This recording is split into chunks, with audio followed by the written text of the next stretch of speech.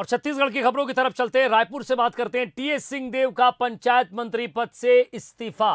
जी हां, अपने बाकी विभागों में कैबिनेट मंत्री के रूप में सिंहदेव यथावत रहेंगे। स्वास्थ्य विभाग मंत्री टीएस सिंहदेव के पास ही है। दूसरे मंत्रालयों का प्रभार भी उनके पास है, लेकिन लोक स्वास्थ्य एवं परिवार कल्याण, चिकित्सा, 20 सूत्री, वाणिज्य कर, जीएसटी का प्रभार टीएस सिंहदेव के इस्तीफे के बाद उनका कहना है। पूर्व सीएम रमन सिंह का, वो कहते हैं सरकार में मंत्रियों के बीच क्या डायलॉग नहीं है, क्या संवाद खत्म हो चुका है। पंचायत मंत्री पद से इस्तीफा, यह कहना है कि ये सरकार की असफलता है। बृजमोहन अग्रवाल इस पर तीखा व्यंग करते हैं, कहते हैं पंचायत मंत्री के पद से इस्तीफा सरकार की असफलता है।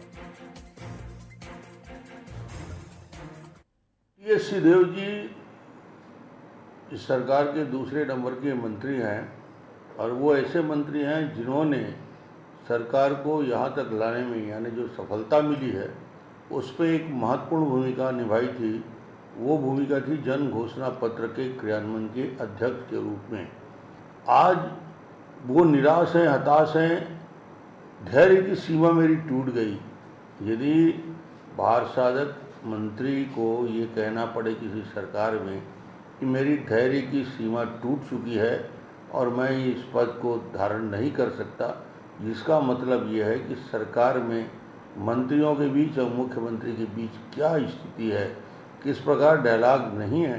पंचायत मंत्री टीएस सिंहदेव के द्वारा ग्रामीण एवं पंचायत विभाग को छोड़ा जाना भूपेश बघेल सरकार की असफलता है।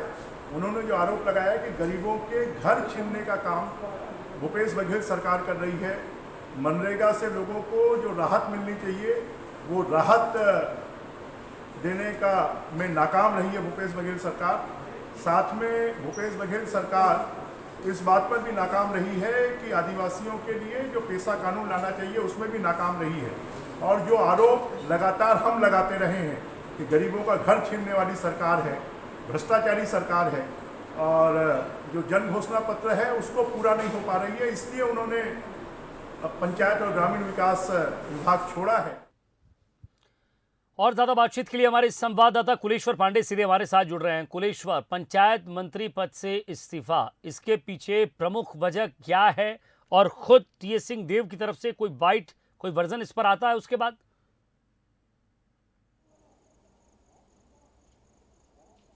देखिए, अभी चूंकि जो मंत्री है टीएस सिंहदेव अंबिकापुर में है और अंबिकापुर से ही तीन पेज का जो लेटर लिखकर उन्होंने मुख्यमंत्री को अपना इस्तीफा भेजा है। निश्चित तौर पे बीते कई दिनों से जो है, कई सालों से कहा जा सकता है, लगातार टीएस सिंहदेव जो है नाराज नज़र आ रहे थे। और जिस तरह चाहे जो पत्र है उसमें प्रधानमंत्री आवास का जिक्र किया गया है, मनरेगा कर्मी को जो बहाल किया गया उसका जिक्र किया गया और अनेक बिंदुओं जो हैं उसमें टीएस सिंहदेव ने लिखा है। जिस तरह से पंचायत विभाग उन्होंने छोड़ा है, निश्चित तौर पे प्रदेश के सियासी गलियारों में खूब चर्चा हो रही है, क्योंकि हमने देखा है लगातार जो खटपट दिख रहा था वो अब जो है खुल के सामने आ गया। इसलिए बीजेपी को बैठे बैठे एक बड़ा मुद्दा मिल गया है। बीजेपी के तमाम नेताओं का बयान आ रहा है। रमन सिंह कह रहे हैं कि असहाय हो गए हैं टीएस सिंहदेव। अगर हम अन्य उनके विधायकों की बात करें, चाहे नेता प्रतिपक्ष की बात करें, उनको भी यही कहना है कि पूरा अधिकार जो है उनसे छीन लिया गया। तो निश्चित तौर पे 1.5 साल ही विधानसभा चुनाव को बचा है। ऐसे में अपने एक विभाग से इस्तीफा देकर ये तो साबित हो गया है कि लगातार जो विपक्ष आरोप लगा रहा था कि कांग्रेस में सब कुछ ठीक नहीं चल रहा है, निश्चित तौर पे कहीं ना कहीं यही अब साबित होता आ रहा है। हालांकि अभी तक उनका इस्तीफा स्वीकार नहीं हुआ है। उन्होंने मुख्यमंत्री भूपेश बघेल को 3 पेज में तमाम बिंदुओं को शामिल करके पत्र को सौंपा है, लेकिन स्वीकार होता है कि नहीं ये तो आगे देखने वाली बात होगी। लेकिन कहीं ना कहीं आज जिस तरह से उन्होंने एक विभाग छोड़ा है, निश्चित तौर पर सियासी गलियारों में इसको लेकर खूब चर्चा है। टीएस सिंहदेव वही मंत्री हैं जब कांग्रेस के एक वरिष्ठ विधायक बृहस्पत सिंह ने उनके ऊपर एक बड़ा आरोप लगाया था कि टीएस सिंहदेव जो है मुझे जान से मरवाना चाहते हैं। वो भी खबर जो है काफ़ी प्रचारित हुई थी, उसको भी लेकर काफ़ी सियासी गलियारों में चर्चित और उससे भी टीएस सिंहदेव काफ़ी नाराज हुए थे। आपको याद होगा कि विधानसभा में जब ये बातें लगातार उठ रही थी विपक्ष की तरफ से कि सरकार साफ करे कि आखिर उनके सरकार के एक विधायक मंत्री के ऊपर इतना बड़ा आरोप क्या लगा रहे हैं। आखिरी में टीएस सिंहदेव जो है विधानसभा छोड़ के चले गए थे सदन के अंदर से। उन्होंने साफ तौर पर कहा कि जब तक ये चीज़ें स्पष्ट नहीं होगी, जो मेरे ऊपर गंभीर आरोप लगाया है, जब तक इसका स्पष्टीकरण नहीं होगा तब तक मैं इस सदन में हिस्सा नहीं लूंगा। तो टीएस सिंहदेव जो है लगातार जो है नाराजगी जो उनकी दिख रही थी, निश्चित तौर पे आज वो बाहर आई है।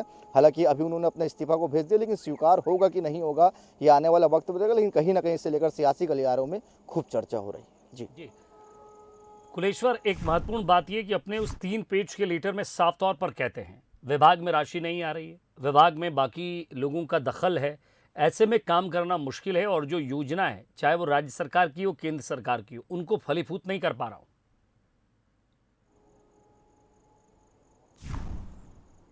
देखिए, सिंहदेव जो है वो अपनी बातों को खुलकर बोलते हैं, चाहे वो सरकार के खिलाफ हो चाहे वो सरकार के पक्ष में हो, वो अपनी बातों को बेबाकी से बोलते हैं। जो बोलना रहता है कहीं ना कहीं जिस तरह से प्रधानमंत्री आवास को लेकर जो राशि राजस्व जो है नहीं दे पा रहे थे, उसके कारण जो तमाम प्रधानमंत्री आवास है उसको केंद्र सरकार ने वापस लिया था।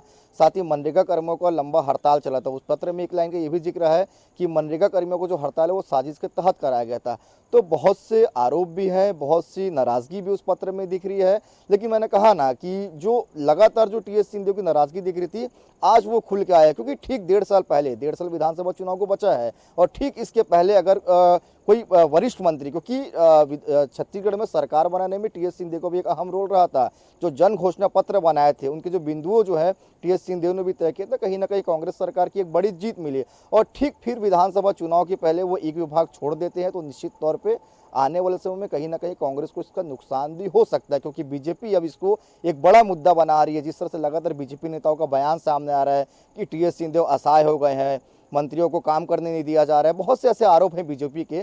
कहीं ना कहीं बीजेपी अब इसको बड़ा मुद्दा बनाकर भुनाने का पूरा प्रयास करेगी। लेकिन मैं फिर कह रहा हूँ कि अभी इस्तीफा जो है मंजूर नहीं किया गया है। अभी इस्तीफा को टीएस सिंहदेव ने मुख्यमंत्री भूपेश बघेल को भेजा। इस्तीफा मंजूर होता है कि नहीं होता है, ये आने वाले बात होगी, देखने वाली बात होगी। जी चलिए, इस्तीफा मंजूर होता है कि नहीं ये लगातार नज़र आप बनाए रखिएगा। लेकिन इस्तीफे का कारण जनता भी समझती है और पार्टी के लोग भी जानते हैं।